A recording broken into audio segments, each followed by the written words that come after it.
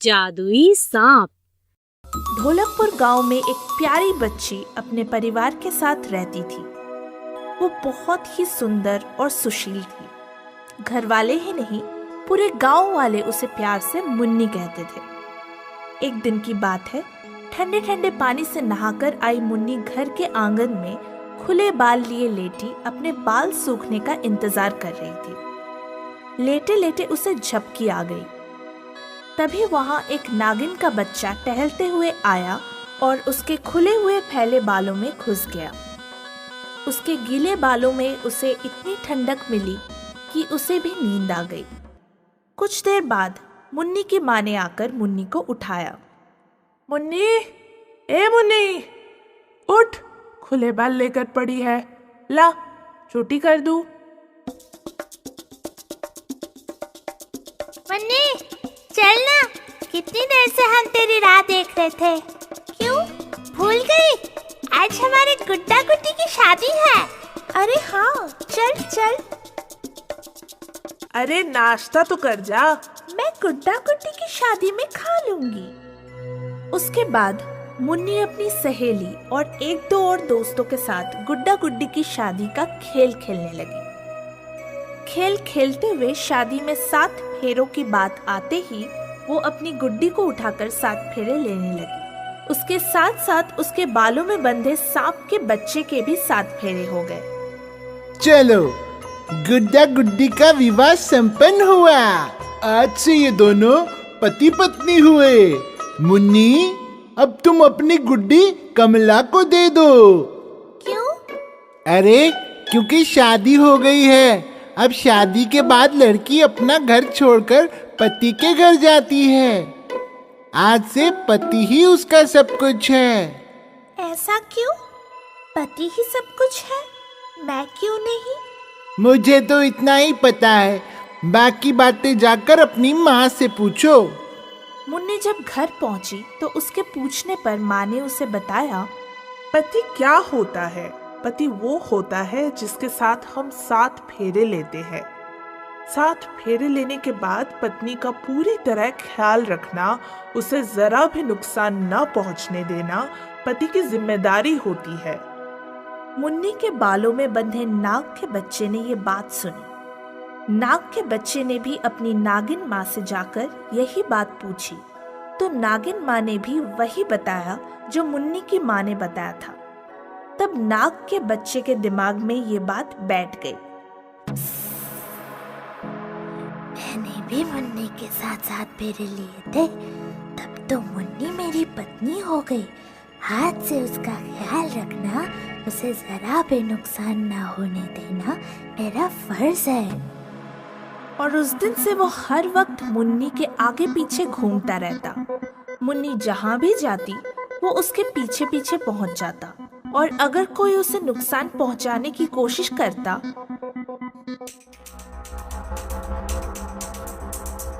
क्या मुन्नी, दिखा, मेरे बाग के आम बीन कर भाग रही है।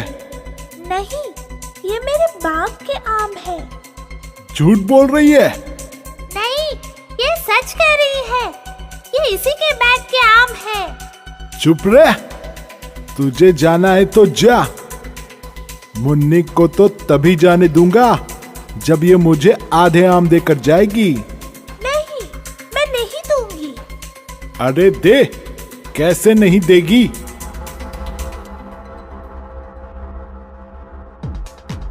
सांप, सांप, सांप, बचाओ, बचाओ।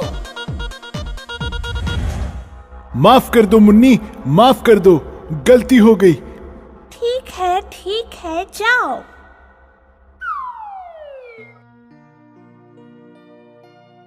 अरे देखा तूने, इस सांप ने कैसे तेरी रक्षा की?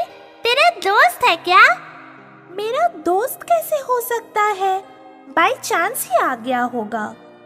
उस दिन तो मुन्नी को लगा कि ये बाय चांस ही आ गया होगा, मगर उस दिन के बाद कुछ कई जगह उसे वो नाग बच्चा दिखाई दिया तो उसकी समझ में आ गया कि ये तो उसका दोस्त है।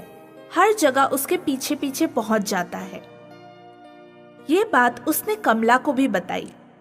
कमला ने उसे कहा, किसी और को ना बताए, वरना कोई भी इस बात का फायदा उठाकर उसे पकड़ सकता है।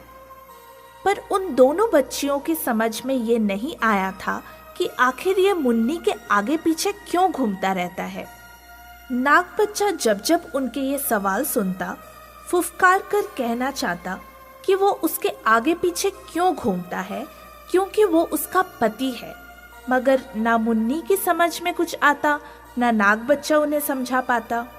खैर, ये बात उनके बचपने में तो छिपी रह गई, मगर मुसीबत तब हुई जब मुन्नी ने जवानी में कदम रखा और एक दिन उसकी शादी के लिए कुछ लोग उसे देखने आए। वाह, लड़की तो बहुत सुंदर है, हमें ये रिश्ता मंजूर है। शर्मा क्यों रही हो? अब तो हमेशा के लिए तुम्हें मेरे घर आ जाना है। अब ये बात चारों तरफ फैल जाती है कि मुन्नी के पीछे कोई नाग लगा है। बचपन में उससे आम छीनने वाला टपोरी लड़का, उसकी सहेली कमला और फिर शादी के दिन देखने आए लड़के का परिवार, खुद मुन्नी का परिवार भी इस बात का साक्षी हो जाता है कि नाग ने उनमें से किसी को भी कुछ नहीं किया, सिर्फ लड़के की फैमिली के पीछे भागा और उन्हें गांव की सरहद के बाहर तक खदेड़ के आया। अगर ऐसा ही रहा तो मुन्नी की कभी शादी नहीं होगी। उसके बाद भी जब कई बार उन्हें मुन्नी के पीछे नाग के होने का एहसास हुआ, तो मुन्नी के माँ बाप ने नाग से छुटकारा पाने के लिए एक सपेरे को बुलाया।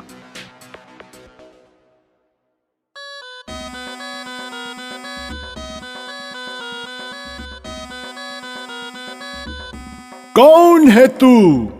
क्यों पीछे पड़ा है हमारी बच्ची के? घबराओ मत, ये कुछ कहना चाहता है। बोलो, क्यों पीछे पड़ा है हमारी बच्ची के? पति? तू किसका पति है? कैसे? ये शादी नहीं, बच्चों का खेल था। तू जबरदस्ती 7 फेरे ले लेगा तो ये शादी नहीं कहलाएगी। चुपचाप चला जा यहां से। तू ऐसे नहीं छोड़ेगा हमारी बच्ची को।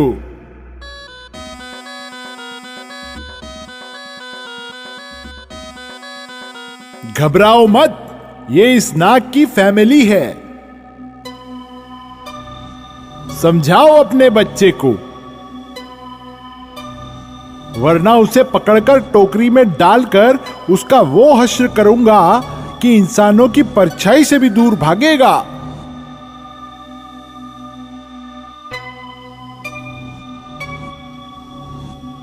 Bye bye.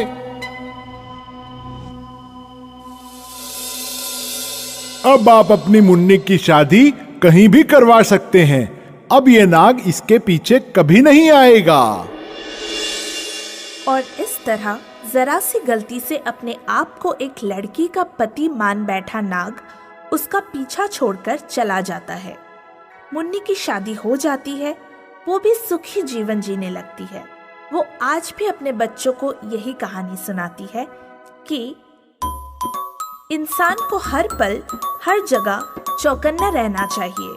पता नहीं जाने अनजाने कब क्या गलती हो जाए जो आगे चलकर हमारे लिए मुसीबत बन जाए।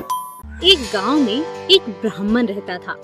वह आसपास के गांव में भिक्षा मांगकर अपना और अपने परिवार का पेट पाला करता था। एक बार ब्राह्मण को लगने लगा कि उसे बहुत कम भिक्षा मिलती है, जिससे उसके परिवार का गुजारा चलना बहुत मुश्किल हो रहा है। इसीलिए उसने सोचा, मुझे राजा से मदद लेनी चाहिए। ब्राह्मण राज दरबार जाने के लिए घर से निकल पड़ा। जब वो जंगल में से गुजर रहा था तो उसे एक पेड़ के पास एक सांप दिखाई दिया। सांप ब्राह्मण को प्रणाम करके बोला, हे ब्राह्मण महाराज, आज सुबह सुबह कहाँ जाने के लिए निकल पड़े? ब्राह्मण ने अपनी समस्या सांप को बताई। मैं राजा से सहायता लेने के लिए जा रहा हूँ। मुझे पता है आप क्या समस्या लेकर जा रहे हो। तुम्हारे घर में इस समय बहुत गरीबी छाई हुई है, इसलिए राजा से मदद लेने जा रहे हो। सांप, आप तो सब जानते हो। हाँ ब्राह्मण, मैं जादुई सांप हूँ और भविष्यवाणी कर सकता हूँ कि आगे क्या होने वाला है। कैसी भविष्यवाणी? हे ब्राह्मण महाराज, मैं तुम्हें एक भविष्यवाणी सुनाता हूँ। तुम वो राजा को बता सकते हो, लेकिन मेरी ये शर्त है कि राजा से मिलने वाले धन में से आधा तुम मुझे दोगे। ब्राह्मण ने शर्त मान ली। राजा से कहना कि इस साल अकाल पड़ेगा, इसीलिए प्रजा को बचाने के लिए जो भी उपाय करना हो कर लेना। ब्राह्मण ने सांप को धन्यवाद दिया और राज दरबार के लिए रवाना हो गया। अगले ही दिन ब्राह्मण राजमहल पहुंच गया। राजा से कहो एक ब्राह्मण आया है जो भविष्यवाणी करता है। राजा ने ब्राह्मण को राज दरबार में बुलाकर पूछा, बताओ, तुम भविष्य के बारे में क्या जानते हो? ब्राह्मण ने सांप द्वारा की गई भविष्यवाणी राजा को सुना दी। राजा ने भविष्यवाणी सुनी और कुछ धन देकर ब्राह्मण को विदा कर दिया। वापस लौटते हुए ब्राह्मण ने सोचा, यदि सांप को आधा धन दिया तो मेरा धन जल्दी समाप्त हो जाएगा। इसीलिए ब्राह्मण रास्ता बदलकर अपने गांव चला गया। भविष्यवाणी के अनुसार बहुत बड़ा अकाल पड़ा, लेकिन राजा ने पहले से ही जानकारी होने के कारण बहुत से इंतजाम कर दिए थे, इसीलिए प्रजा को कोई समस्या नहीं हुई। 1 साल बीत गया। ब्राह्मण का धन धीरे धीरे खत्म हो गया और ब्राह्मण पुनः राजा से मदद लेने के लिए चल दिया। रास्ते में उसे फिर वही सांप मिला। अभिनंदन करने के बाद सांप ने फिर से ब्राह्मण से कहा, आधा धन देने की शर्त पर मैं तुम्हें एक भविष्यवाणी सुनाऊंगा। तुम मेरी भविष्यवाणी राजा को बता सकते हो। राजा से कहना, इस साल भयंकर युद्ध होगा, जो भी तैयारी करनी है कर लो। आधा धन देने का वादा कर सांप से विदा लेकर ब्राह्मण राज दरबार पहुंचा। राजा ने बहुत सम्मान के साथ ब्राह्मण का स्वागत किया और एक और भविष्यवाणी करने के लिए कहा, महाराज, इस साल एक बहुत भयंकर युद्ध होगा। आपको जो भी तैयारी करनी है अभी से कर लो। इस बार राजा ने ब्राह्मण को पहले से भी अधिक धन देकर विदा किया। अब रास्ते में फिर ब्राह्मण ने सोचा, यदि सांप मिला तो आधा धन मांगेगा। इतने सारे धन का आधा मैं उसे क्यों दूं? क्यों ना सांप को लाठी से मार दिया जाए। हाथ में लाठी लिए ब्राह्मण जब सांप के पास पहुंचा तो सांप खतरा भांपकर बिल में जाने लगा। ब्राह्मण ने सांप पर पीछे से लाठी से वार किया, जिससे सांप की पूंछ कट गई, लेकिन सांप जीवित बच गया। सांप की भविष्यवाणी के अनुसार इस साल राजा का पड़ोसी राज्य से भयंकर युद्ध हुआ, लेकिन पहले से ही बहुत अच्छी तैयारी होने के कारण राजा युद्ध जीत गए। 1.5-2 साल में ब्राह्मण का धन धीरे धीरे फिर से खत्म हो गया और उसके सामने फिर धन का संकट खड़ा हो गया। उसने एक बार फिर राजा से मदद लेने की सोची। एक दिन सुबह सुबह राज दरबार जाने के लिए नगर की ओर प्रस्थान किया। जंगल में पहुंचा तो ब्राह्मण सांप के आगे से नजर झुकाकर निकलने लगा। हे ब्राह्मण महाराज, इस बार मिलकर नहीं जाओगे? ब्राह्मण कुछ ना बोल सका और नजरें नीची करके खड़ा रहा। राजा से कहना कि इस बार राज्य में धर्म की स्थापना होगी, सब अच्छे काम होंगे, राजा और प्रजा सब सुख से होंगे। ध्यान रखना, जो भी धन मिले उसका आधा मुझे देकर जाना। ब्राह्मण ने आधा धन देने का वचन दिया और राज दरबार की ओर रवाना हो गया। राज दरबार में पहुंचने पर ब्राह्मण का विशेष स्वागत किया गया। राजा ने पिछली 2 भविष्यवाणियों के लिए ब्राह्मण को बहुत बहुत धन्यवाद किया और आने वाले समय के बारे में भी पूछा। महाराज, इस बार राज्य में धर्म की स्थापना होगी। राजा तथा प्रजा सुख और चैन की जिंदगी बिताएंगे। सब लोग अच्छा सोचेंगे और अच्छे काम करेंगे। राजा ने ब्राह्मण को बहुत सारा धन देकर विदा किया। गांव वापस लौटते हुए ब्राह्मण ने सोचा, जब राजा ने थोड़ा धन दिया तो वो 1 साल में समाप्त हो गया। जब ज्यादा धन दिया तो वो 1.5 साल में समाप्त हो गया। सांप से गद्दारी की वो अलग। इस बार मैं सांप का सारा हिसाब कर दूंगा। सांप के पास पहुंचकर ब्राह्मण ने सारा धन वहां रख दिया और सांप से 3 बार का धन लेने के लिए कहा। ब्राह्मण महाराज, जब अकाल पड़ा तो तुम रास्ता बदल कर निकल गए। जब युद्ध हुआ तो तुमने मेरी पूंछ काट दी, जिससे मेरा बहुत मजाक उड़ाया गया। अब राज्य में धर्म की स्थापना हो गई है। मैंने भविष्यवाणी की थी कि लोग अच्छे काम करेंगे। तुम भी धर्म के रास्ते पर आ गए हो। हम जंगली जानवरों को धन की क्या जरूरत। इस सारे धन को तुम ले जाओ, खुशी से जीवन बिताओ और किसी के साथ कभी भी धोखा मत करो। सांप को धन्यवाद देकर ब्राह्मण अपने गांव आ गया और उसने निर्णय लिया कि कभी भी अब किसी को धोखा नहीं देगा। लालच इंसान को भटका देता है, तो कभी लालच या धोखाधड़ी ना करें। एक समय की बात है।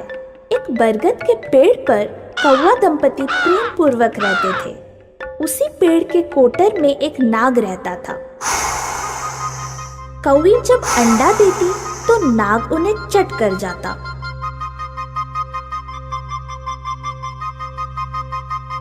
अपनी समस्या उन्होंने अपने मित्र गीदड़ से बताई। गीदड़ ने विचार कर उन्हें एक युक्ति बताई।